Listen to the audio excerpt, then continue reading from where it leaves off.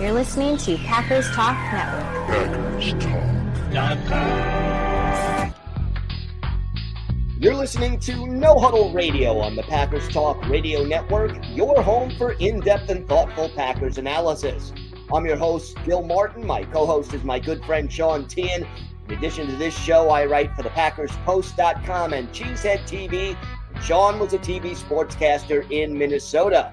We're here to talk Packers because you're all here for one thing, and that's a love for Green Bay football. And Sean, we gotta talk today. I mean, we got a lot to go over. We both love our Packers, Gil, but they're really testing our love right now. And for those who may want to get your frustrations out or may want to show some love to the Packers and the next time they return home, well, Wisconsin's own Ticket King, they got you covered. They've been sponsoring our show. For more than 30 years, they've been providing Packers tickets to Packer fans as well as Bucks, Brewers, and Summerfest tickets. And you can find them on the web at theticketking.com. That's theticketking.com, or visit their locations in Green Bay and Milwaukee. And once again, that's theticketking.com. If you're watching with us on YouTube, you can see the link right there on your screen. And you can watch every episode of No Huddle Radio on Packers Talk Network on YouTube with Gil and myself. You just go to YouTube, type Packers Talk Network in the search bar, click on the PackersTalk.com link with the green background, the yellow goalpost, click on the bell, subscribe, turn the notifications on. It's that easy. You can join the discussion, chat with us live. And Gil, there is so much to discuss right now with the Green Bay Packers. They just lost their second straight game at Lambeau Field of all places. Yeah. The defense is doing their job the last couple of weeks. The offense is stuck in the mud. The kicking situation is abysmal right now. We thought that was solidified last year with Brandon McManus, but he's dealing with an injury, or is he not dealing with an injury? The O-line is beaten and battered and just hasn't played very well even when healthy. The offense in general just is really having a hard time getting anything getting any points to finish drives. Matt LaFleur is also under a lot of fire too, Gil. I mean, what needs to change for the Packers to get back on track? Because this conversation could go so many different directions. I think the fundamental thing that is probably the easiest thing to fix is the play calling. I just think that is the biggest issue. They are so predictable right now. I mean, even just go back to the opening drive against the Eagles last week, where, 6 out of the 7 plays went to Josh Jacobs. One was a short pass. The others were all runs. It's run, long throw, punt. And, you could almost bet on it and do very well doing that. The thing came to a head on that 4th and 1 at the end of the game, or late in the game, fourth quarter, when the Eagles literally called out what the play was going to be before the snap of the ball. You cannot be that predictable in a big play like that. Look, I don't think anybody doubts that this team is talented enough to be successful. We've seen them be successful offensively, even this year, earlier this year.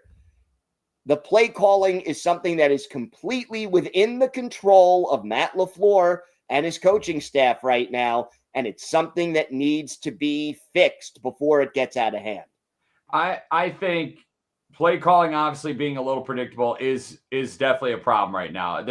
I was at the game on Monday night, and there are many times where I'm just like, oh, they're probably going to do this, or my buddies would be like, oh, they're probably going to do that, and then they would just do it right there. It just felt that way, but it seemed like last year everyone knew the Packers were going to run the ball with Josh Jacobs. You look at that game against the Colts last year, where they were so effective because they were blocking so well, yet they couldn't stop it. And yet opponents, for the most part, could not stop the run game. And it's kind of an old adage in football where it's like, hey, you run the same play. You can run the same play every single play, and the defense may know it's coming, but if you keep doing your job and blocking well and everything like that, you could get away with running the same play over and over and over again, which is what they could do last year. They can't do that this year. I feel like it's putting a lot of Matt LaFleur's plate. And I've been critical of Matt LaFleur. I don't like the predictability I've seen lately, but I think he's kind of calling plays with a hand tied behind his back right now, Gil. And it's because I think the crux of it is the offensive line, I think, is the biggest issue right now, where they are not playing good football. They're not. I don't think No Jordan doubt. Morgan's a guard. Aaron Banks has been a disaster. Elton Jenkins, the bummer with the likely season-ending injury that he suffered at center on Monday night. He was struggling at center regardless, though.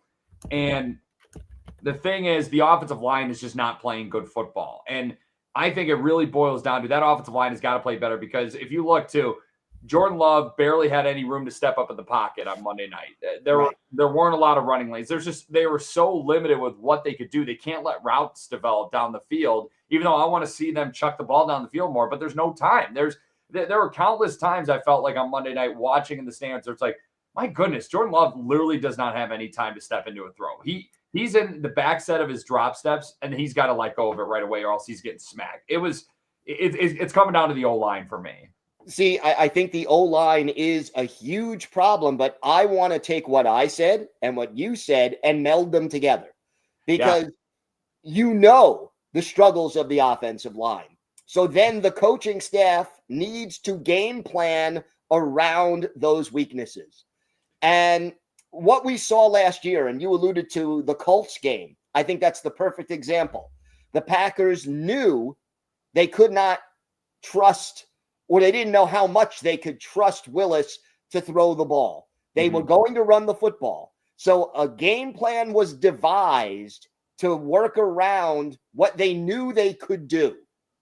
Right now, you can't throw long because you don't have time to do it. Yep. And the running game that Josh Jacobs is getting hit behind the line of scrimmage far too often because the run blocking is not there. So you need to adjust the game plan to quick release passes, to different things that will at least mask, to the best of your ability, the weaknesses that you have right now along the offensive line. And then the other thing is you've got to figure out a better combination for this offensive line, because, like you said, Banks has not been very good. Rasheed Walker hasn't played up to his previous standards this year. Elton Jenkins, definitely a disappointment at center. Now we're going with Sean Ryan at center. Jordan Morgan, is he a tackle? Is he a guard? I don't know if he's gotten enough work at either position at this point. And then it's left side versus right side for him also. And Zach Tom has been hurt and is not at 100%. That's your entire line. There is nobody right now on that line that is playing up to or exceeding expectations. You wonder, too, where maybe we see a shuffle on the offensive line. Maybe we see Darian Kennard get in there. Maybe we see Anthony Belton get in there, because right now, especially in the interior O-line play is not good enough. I think Rasheed Walker has been fine. I don't think he's been a huge liability. He's been fine. Zach Tom is playing through injury, and if he feels like he's good to go, you let that guy play. He's too good. But the interior, I feel like you may have to do some adjusting. You may have to do some tweaking, because it's just not good enough right now. It's plain and simple not good enough. Jalen Carter, he took the Packers interior O-line's lunch money on Monday and just kept doing it over and over. They had no plan for him on Monday. They did. Even if they did have a plan, they did not execute at all on Monday. And that's a problem. And you're going to see a lot of good D tackles coming up the rest of the season during this regular season for the Packers. So it's not going to get any easier. Jalen Carter's obviously one of the best, but a lot of good D linemen still on the schedule coming up for the Packers. But I do think another way around it, Gil, where you get your quarterback moving, you do bootlegs, you do play actions, you get more designed throws on the run, just getting your linemen in space instead of just trying to pound the ball down the middle. I know it's easier said than done, but you got to try something different. And I will say, where it's like Matt LaFleur, the predictability has been bad, but it's still, ranking-wise, the Packers are still up there in offense. They're trending in a very, very bad direction right now, but they're still one of the better offenses, believe it or not, in the NFL so far this season. So I'm not ready to give up hope, but adjustments need to be made for sure. And that's the frustrating thing, because Matt LaFleur historically does make good adjustments in game. That was the one complaint, or one of the biggest complaints we had about Joe Barry, that he didn't make in-game adjustments well on defense. So Matt LaFleur, he has a good reputation as a play caller. He's got to earn that reputation again right now and make the adjustments. And there is talent to be worked with here. Jordan Love, Josh Jacobs, you've got Christian Watson and Romeo Doubs, hopefully. And you've got a talented receiving core, even without Tucker Kraft. But you've got to figure out a way to make it work with what you've got. And it's got to be less predictable and play to the strengths of what they can do and mask some of those deficiencies. Gil, do you trust Matt LaFleur to get this turned around? I think he can. I don't know if he will. Yeah, and I think he can too. And you look just no more than a couple of years ago where this offense was in such a funk around this time a couple seasons ago. And then things clicked. And then things were working. And they got so hot.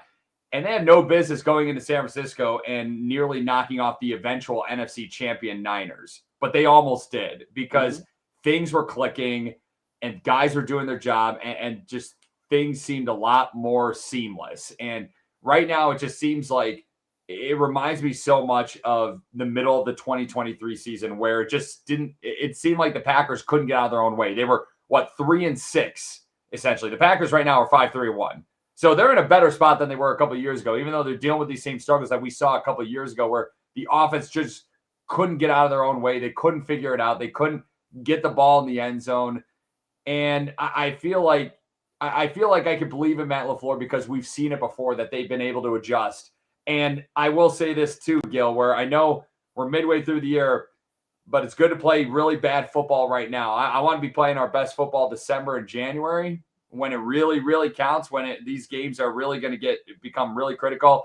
But hey, if you look around the league too, Buffalo Bills have Super Bowl aspirations like the Green Bay Packers, and they just lost down in Miami against a very bad Dolphins team that's probably going to clean house after the season. Yep. The sky is not falling yet. It's not. But I still believe that this team can turn around, but we got to see it before we can actually believe it. And look, you're going up against a 2-8 Giants team this week. If you can't get it right against the Giants, then I don't know what to say. Yeah, it's a must win coming up this weekend for the Packers. And before we get into that matchup against the Giants, let's go over the Packers injury report so far this week, few days into the practice week. Not practicing so far this week, cornerback Nate Hobbs. He was out on Monday with the knee injury. Expected to miss probably this game as well coming up on Sunday. Limited in practice this week. Quite the list right here. Edgerrin Cooper dealing with a foot. Kingsley Enagbari dealing with a knee. Matthew Golden dealing with a shoulder that kept him out of that Eagles game. Micah Parsons listed with a pectoral injury. Zach Tom dealing with the back issues. Dontavian Wicks, who did play on Monday, dealing with a calf issue. Savion Williams dealing with the foot. Christian Watson added to the injury report on Thursday with a knee and hamstring.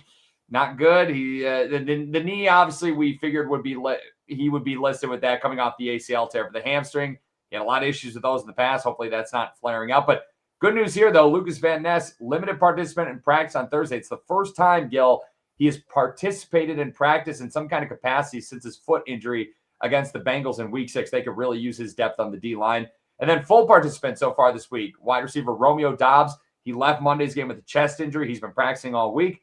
Quay Walker was limited on Wednesday with that calf issue, practiced in full on Thursday. And then, of course, placed on the IR offensive lineman Elton Jenkins. He technically has a broken leg. It's an ankle leg injury and most likely done for the year.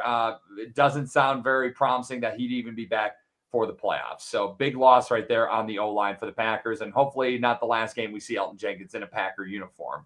The Giants offense against the Packers defense, Gil. This is a unit on the offense for the Giants that they're going to be starting their third different quarterback on Sunday, but they're 14th in total offense this year, 24th in scoring, 17th in passing, 11th rushing the ball. Green Bay's total defense 5th this year in the league, 7th in scoring, 11th against the pass, and 6th against the run. Jameis Winston starting this weekend for the Giants. what's the matchup you're looking forward to watching for the Giants offense and the Packers defense?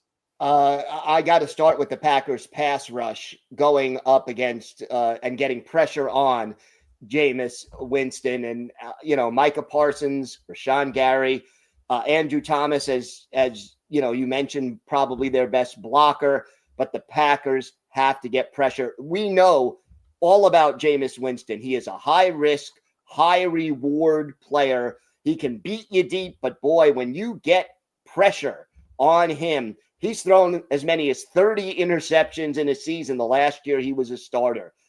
If the Packers if they get pressure on him, they can force some mistakes, get some turnovers, and make this a one-sided game. And the Packers, you talk about that pass rush. They didn't have a sack on Monday against Jalen Hurts, but they did a very good job dialing up pressure, rushing Hurts into throws, clogging the rushing lanes. The front seven did their job in some. And even the secondary, for the most part, outside the deep touchdown to Devontae Smith, the Packers defense was very good against an Eagles offense that's in a much better spot than the Giants offense right now. Giants offense that Jackson Dart, who's been an exciting rookie quarterback for them this year, but he's in the concussion protocol. He's not going to start this weekend. Cam Scadaboo, exciting rookie running back, done for the season with that gruesome leg injury he had. Malik Neighbors tore his ACL this year. He's done for the season as well. So the pass pro, though, where the Giants O-line has not been very good protecting the quarterback for a while now. 31 sacks allowed this year, 7th most in the NFL. Green Bay's pass rush is tied for 13th in the NFL with 22 sacks. And I'm looking at Micah Parsons and Rashawn Gary to really get going against a Giants offense that is really limited right now. And just we talked about, Matt LaFleur essentially calling plays with a hand tie behind his back. The Giants are pretty much playing offense with a hand tie behind their back right now. Maybe even two. I mean, their top running back, their top two quarterbacks are not going to be in this game. I mean, and by the way, their starting quarterback was their number 2 rusher. One of the reasons that they're so good statistically at running the football is because the quarterback was their number 2 rusher. So not that Winston can't move, but not the same at all. So you're totally right. 4.3 yards per carry Giants running backs are averaging this year. That's 18th in the NFL. So the rushing numbers are a little deceiving, like you said, Gil. So, got to get some pressure on Jameis, famous Jameis, got to get some pressure on him. And I think that is the biggest key to slowing down or just stopping the Giants offense. And I want to go off that matchup too. I want Jameis Winston against Jeff Hafley. What kind of plan is Jeff Hafley going to have going against Jameis Winston, who there's a lot of tape on him from his time in the NFL, playing with the Browns last year, the Saints before that, the Buccaneers before that. There's a lot of tape on him. We haven't seen him in a Giants uniform though. I will say I do hope we hear Jameis mic'd up quite a bit on Sunday, because he is by far one of the most entertaining players to listen and watch. I just remember last year in Cleveland when he's trying to draw Pittsburgh offsides and he just yells, someone jump offsides, damn, it's like, so I hope we get a moment like that. Jameis Winston is just a character. I think he's an absolutely hilarious guy, but Green Bay though has made opposing quarterbacks dink and dunk their way down the field this year. I mean, they're only allowing opposing quarterbacks to average about 5.9 yards per pass attempt. That's tops in the league. 91.3 passer rating by opposing quarterbacks. That's 15th in the league. The big thing is Jameis Winston, I feel like, is the biggest threat for the Giants offense to the Packers defense on Sunday. If you can get to him consistently behind a shaky offensive line, and if you can limit the receivers and the running backs around Jameis Winston that are essentially, it's a very, very limited weaponry that they really have. If you get to Jameis Winston, it could be a very good day. I'm interested to see what kind of plan Jeff Hafley has on Sunday. Yeah, me too. And then just to add to that, their best receiving weapon right now is Wan'Dale Robinson, who has, by far more catches than anybody else. And so, another thing I'm going to sort of be watching is how does Hafley and the Packers secondary handle him? Yeah, he's going to be the guy. And, the Packers secondary did a good job against Devontae Smith and A.J. Brown really on Monday against the Eagles. And, yeah, Devontae had the big touchdown, but A.J. Brown's still frustrated. He's been frustrated all year in Philly, and Green Bay made sure that he didn't have a big game. He had, one catch, I think, in the game or something like that. So still, even though he's a frustrated dude over in Philly, that's a good job by the Packers making sure that he didn't make an impact. And Green Bay, they're only allowing opposing receivers to average about 8.9 yards per reception. That's also first in the NFL, while the Giants receivers, a little bit explosive despite the loss of league neighbors, 11.4 yards per reception this year. That's tied for 8th in the NFL. And also worth noting, they fired their head coach, Brian Daboll. Offensive coordinator Mike Kafka is now the interim head coach. So does that kind of concern you maybe, Gil, that you're dealing with a guy who, the offensive coordinator, who's now the head coach, and the Giants may get a little bit of a bump from the new coaching change? Absolutely. It absolutely concerns me. And two things that it sort of concerns me. Number one is the emotional reaction that players have to the change of coach. Usually you do get that short term, a game or two bump in the caliber of play. And then the other thing is just the unpredictability. We don't know how the team is going to respond to him. Does he do things differently now that he's the head coach than he did when he was just a coordinator? These are factors. It's a little tougher to game plan when you're going up against a coach who's coaching as a head coach for the first time with this team. And Mike Kafka has quite the track record as an assistant. He was an assistant under Andy Reid.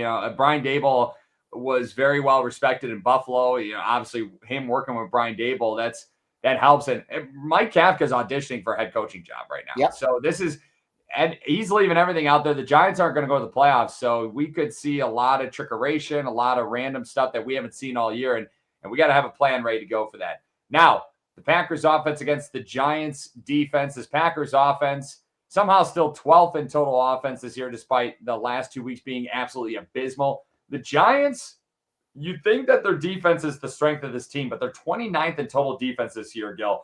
Green Bay offensively, though, 15th in scoring, 9th passing, 20th running the ball.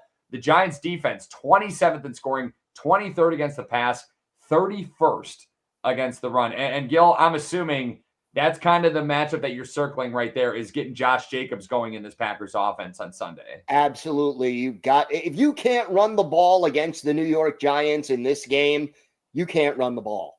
I'm sorry. There's like you said, next to last in the league in average yards per game. And look, I get it. Part of it is they're losing a lot of games. So teams are running to control the clock and work it that way. But they're able to run though. But they're successful at it, and they end up, they're 2-8 for a reason, right? So, but while you're running the ball, don't be predictable. Don't.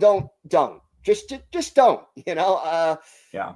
Be a little original in the way you do it, in the way you play. You call plays, and let's get Josh Jacobs back on track. And again, I think it's mostly because of the offensive line, but if you can't handle this Giants defense, boy, are we in trouble.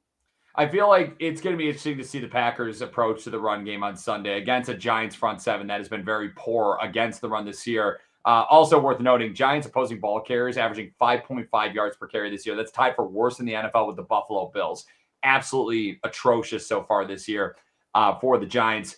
I would say the approach is either going to be, let's get back to the basics and see if we can block these guys by just doing basic stuff, or maybe this is the week to try new stuff to see if it can really work. But then it's like, oh, well, it's against the 31st ranked run defense in football. So it's going to be interesting to see what kind of approach goes that Matt LaFleur and the offensive staff and the scheme, what they take against what they decide to do against this Giants front seven. It's a Giants front seven that does have talent, though, Gil. It does. Abdul Carter was the 3rd overall pick, a defensive end out of Penn State. You have Kayvon Thibodeau, who may not be playing on Sunday. He's dealing with an injury. Brian Burns, obviously, I'll talk about him in just a bit. Dexter Lawrence is on that D-line. So they have talent. Bobby Okereke is a good linebacker who's dealing with an injury right now. He may not play on Sundays as well.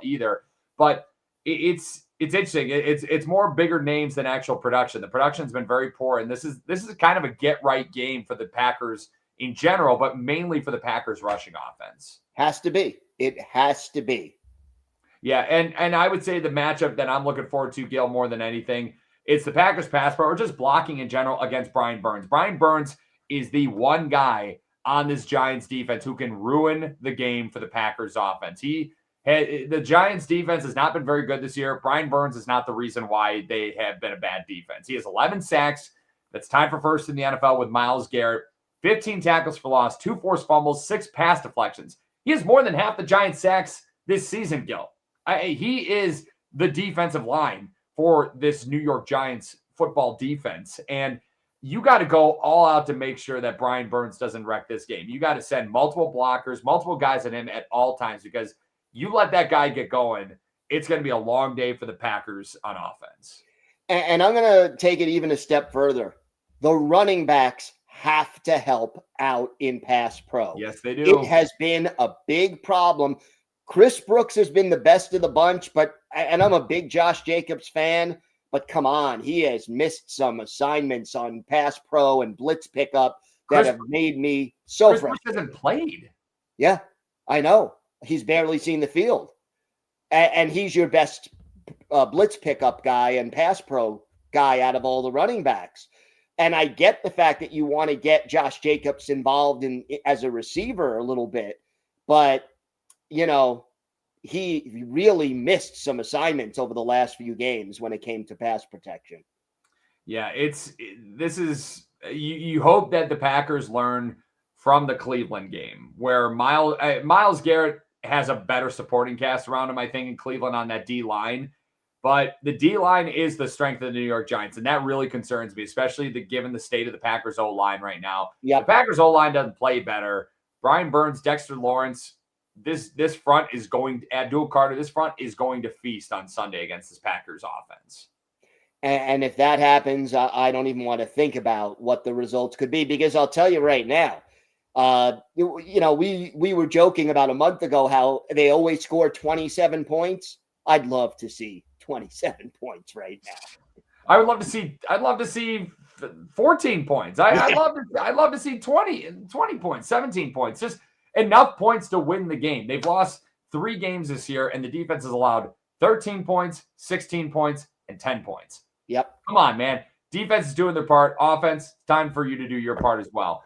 Now, before we get to some predictions real quick, let's go over some quick key stats and the Giants injury report. Turnover ratio this year, the Packers at a -1, Giants are -4, both in the negative. Both these teams don't really take the ball away too much. Only the Jets have fewer takeaways as a team this year than the Packers and the Giants, and also the Washington Commanders. Total penalties, both these teams not very disciplined when it comes to penalties. Green Bay, 9th most penalized team in football this year. The Giants are the 3rd most penalized team in football this season. Third downs, this is what's crazy still. The Green Bay offense, even though they've had their shortcomings, still 1st in third down offense this season, 10th in third down defense. The Giants on offense are 14th on third down and 14th on defense as well. And then red zone touchdown percentage. Green Bay, 11th in the NFL on offense, 18th on defense. The Giants offense has been poor in the red zone on offense, 29th in the league this year, and then 31st in red zone defense. So you got to get in the red zone. You got to be able to capitalize against this team, because the Giants are not very good on both sides of the ball so far this season. And then the Giants injury report, well, it is a heck of an injury report. Just go online and you can see what kind of injury report that they're dealing with. Obviously, quarterback Jackson Dart dealing with a concussion. He's in the concussion protocol again this year. He's going to miss Sunday's game. Kicker Graham Gano, offensive tackle Evan Neal, safety Tyler Newman, linebacker Bobby Okereke, wide receiver Darius Slayton, linebacker Kayvon Thibodeau, all have not been practicing so far this week. Others not practicing this week includes defensive end Chauncey Golston, defensive tackle Rakeem Nunez-Roches. It's just I didn't have enough room in the graphic on the screen right there, Gil.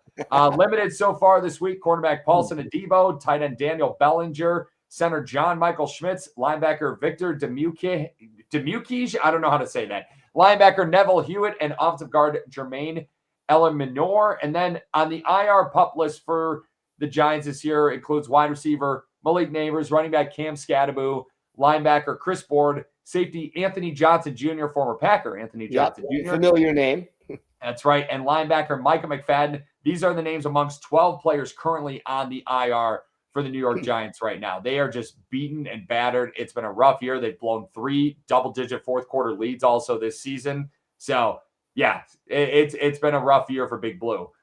Gil, why does Green Bay win on Sunday? Green Bay wins if they take care of business. They have to avoid mistakes. They have to reestablish the offense as something that can actually move the football and finish drives.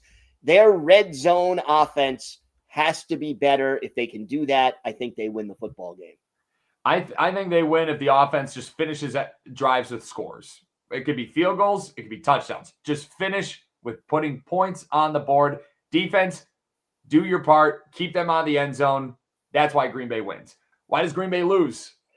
Green Bay loses if the offensive line fails and if Jameis Winston just is unconscious and has one of his signature really good games. If the O-line issues continue and the Giants get that coach bump from interim coach Mike Kafka and the Packers just happen to be the team that plays the Giants in their first game with an interim coach, that's why the Packers lose. Gil, what's your prediction for Sunday? Yeah, I think Green Bay gets back on track, but it may not be as pretty as we'd like. Packers will win 23-13. I'm not as bullish this week, mainly because the Giants D-line is their strength. Packers O-line has been a massive weakness, and they're just in such a funk right now, Gil. I hope they prove me wrong, but I'm picking the Giants to pull off the upset. I'm picking the Giants to win 17-13. Packers got to show me, man, that they can get this offense back on track. They really miss Jaden Reed. I think they're gonna miss Elton Jenkins like crazy on Sunday. Prove me wrong, Packers. Prove me wrong. That's all I got to say. Gil, it's been a rough couple weeks, but obviously you still got articles that you're churning out on Packers Post and Cheesehead TV. What do you got for the readers?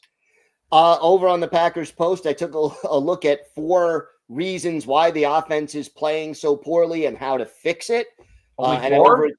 What? Only 4 reasons? Well, there's only so much space I have, right? I mean, I Fair probably could have done 24, but no one would read it. So, and then over at Cheesehead, I talked about the limited contribution so far this year from the 2025 draft class. Matthew Golden needs to get more involved, man. I know he didn't play obviously on Monday, but they got to scheme some stuff up for that guy because I think he could be a real game changer for this team. Gil, you ready for some trivia? I am ready for the trivia. All right. Well, Jameis Winston, we talked about him earlier. He's been a turnover machine in his career since entering the league as the #1 overall draft pick out of Florida State by the Tampa Bay Buccaneers in 2015. In 105 games played, he has thrown 111 interceptions. 30 of those interceptions came during the 2019 season, his final year with Tampa. It was the first 30-plus interception season in the NFL since 1988. Favre's career high was only 29, believe it or not. On Sunday, Winston will be making his 3rd career start and appearing in his 4th game against the Packers in his career. Gil, how many turnovers does Jameis Winston have in his career against the Packers? How many turnovers? Turnovers, yep. Not just interceptions, but turnovers. Correct. 3 games. What's that? 3 games, you said. 3 games, and he's thrown 111 interceptions in his career. Right. Okay. I was at one of them in 2017 against the Bucks. I was at Lambeau for that one. Okay. And he played pretty well, unfortunately. You know what? I'm going to say 1. You nailed it. 1 turnover, and it was in that 2017 game where he's never thrown an interception against the Packers. He lost a fumble, though, in that 2017 game against the Packers. Just as a refresher, because Gil, obviously, you remember, and that was an awesome guess, and you nailed it again. But that 1 fumble was one of his lost 5 fumbles in his career, and it happened when he was with the Buccaneers, game where former Packers running back Aaron Jones called game in a 26-20 overtime win at Lambeau over Tampa. Now, Winston's other appearances against the Packers came in 2021 and 2023 when he was a member of the New Orleans Saints. Winston started and threw 5 touchdown passes in the 2021 season opener against the Packers in Jacksonville. That was that abysmal Saints 38-3 win over Green Bay. 2 years later, Winston played in relief of Derek Carr for the Saints in the Packers home opener in 2023. I was at that game when the Packers erased a 17-point fourth quarter deficit to come back and beat the Saints 18-17, but didn't have a turnover in either of those games. So just 1 turnover in his career against the Packers, Gil. You know what that means? It means he's due. He's It means he's due. due to throw some interceptions against Green Bay. Law of averages will take over. Yeah, that's right. So Packers 5-3-1, Giants 2-8. They kick off at Sunday at noon Central Time, 1:00 Eastern, over in the Meadowlands of New Jersey. Gil, I know you live nearby. You gonna go? I am not able to go, unfortunately, but I will be working and watching. I know that's a heck of a drive. That's a heck of a day of traveling for sure. Yes. I know that. Yes. Yeah, they should have. They just why did they not build that stadium just in New York? Come on, man. Like, yeah. You probably got a lot to think about, right? Yeah. So, save it for the next town hall meeting. Exactly. That ship has sailed, unfortunately, but yes. Mm-hmm. Yeah, it's all money in the end, Gil, and we're all part of a scheme. We're all part of the conspiracy. It's all to sell food, right? I mean, it's all to sell food. Yeah, as one commercial says. So maybe they could sponsor us one day. Who knows? So, who knows? Just all kidding. Right. Well, that is going to do it for us today. We'll be right back here next week. Follow us on Twitter at Gil Packers and at Packer Sean. Or to ask us questions, or you can email us at gbpackersean@gmail.com. Make sure you're subscribed to Packers Talk on iTunes, Google Play, Spotify, YouTube, and wherever you get your podcasts. Big thanks to PackersTalk.com for powering our show. Thank you for listening. Until next time, go Pack Go. Go Pack Go.